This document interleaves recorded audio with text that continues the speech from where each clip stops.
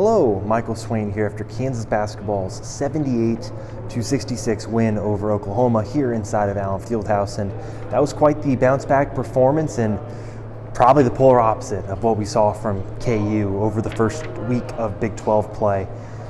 Turnovers for me are the big story of this game because that was something that KU really struggled with over the first two games. They turned the ball over 35 times between the first two Big 12 games, notably 18 times against UCF. It was one of the big reasons why KU lost on the road in Florida. And then Kansas comes in today and turns the ball over twice.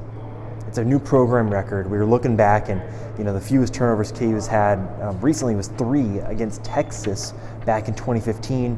But KU Sports Information people are saying it's a program record. And look, so much for this Kansas team I think revolves around taking care of the basketball. And Bill Self, I think, put it really spot on post-game. KU is good offensively, but it is not a great offensive team. Therefore, KU can't afford to turn the ball over 12, 13, 14 times a game because those opportunities are turning into points on the other end. And for KU, they're not shooting threes enough to be able to make up those points and get those big three-point barrages where maybe you make 4 threes in the span of 5 minutes or something like that, and you're really able to fight back in a game. KU offensively has to be much more methodical, and I think you saw aspects of that worked really well together this afternoon. One of the more interesting developments of this game was the fact that KU did a lot more of the 4-5 KJ Adams, Hunter Dickinson ball screens. Obviously, when KJ's on the wing and he doesn't shoot threes, doesn't really shoot jumpers, teams sag off of him. Well, what's one of the ways you can counteract that is by putting that man in a ball screen action because they have to stick with KJ or they have to figure out how they're going to handle it with Hunter Dickinson. And I thought that was one of the actions that really helped KU. Now going forward, Big 12 teams are going to counter that with something. I can't tell you what, I'm not a basketball coach, but they'll figure something out to counter it. But it's another one of these moves now where we've seen teams pose issues for KU, right? We talked about it in this video after the Missouri game where they decided not to guard KJ and El Marco. And now you're seeing that Bill Self has figured out a way to, okay, if a team doesn't want to guard KJ, this is how we can change it and get KJ into a place where he's at his strengths. Because what is KJ good at, right? The floaters, being around the rim, using his athleticism. Well, having him come off the ball screen and attacking, that's a perfect situation. And then the defense has to pick. Are you going to take KJ? Or are you going to take Hunter? Right? That's a tough position to be in. So I thought that was a really interesting development for this game. Obviously, Hunter Dickinson had a fantastic game, another double-double. I think he's playing at a really high level when he gets the opportunity. Obviously, the foul trouble hurt him against UCF on Wednesday, but generally I think he's playing at such a high level right now. And even you look at someone like Kevin McCullough, right? He's doing a lot of what we saw from Jalen Wilson this time last year, where sometimes the shot isn't falling. Well, what does he do? He takes control of the game by getting to the free throw line. And that's exactly what he did. 10 of what he finished with here, 21 points, 10 of 21 from the free throw line. Like, it's not pretty in terms of the shot numbers, right? He finishes going 5 of 12 from the field. Not perfect, but again, he's able to get to the free throw line, get the points that way. And also in the second half where Oklahoma tried to make runs to get back in the game after KU took a 9-point lead, it slows the pace down. All of a sudden Oklahoma has to bring the ball up. They're in the half-court offense again.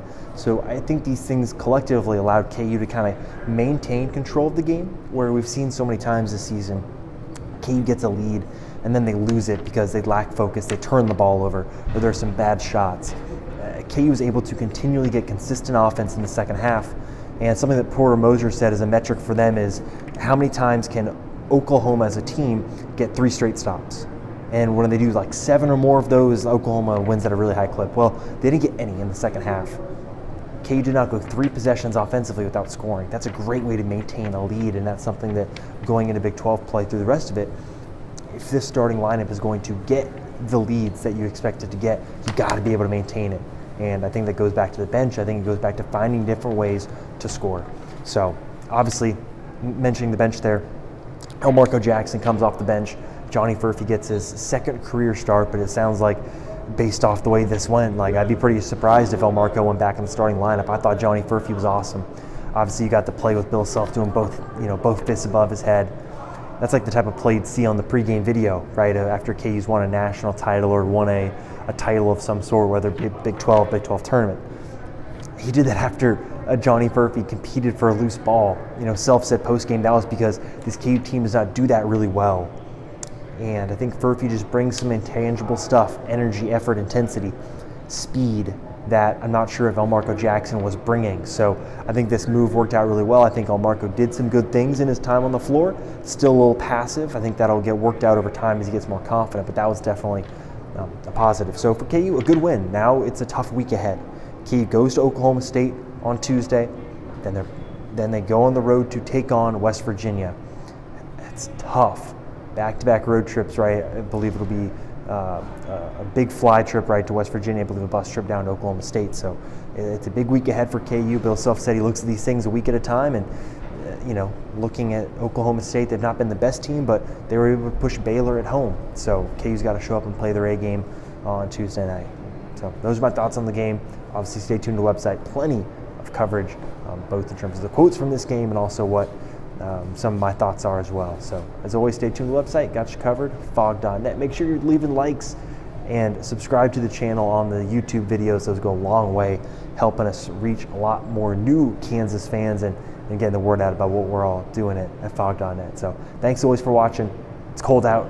Hopefully you're not doing much outside today. It's really cold, though. I'm not looking forward to my walk back to the car here, leaving the Allen Fieldhouse. And if you're at the Chiefs game, good luck to you. It looks like it's going to be a really cold one. So hopefully everyone's staying warm and staying inside where it's a lot nicer.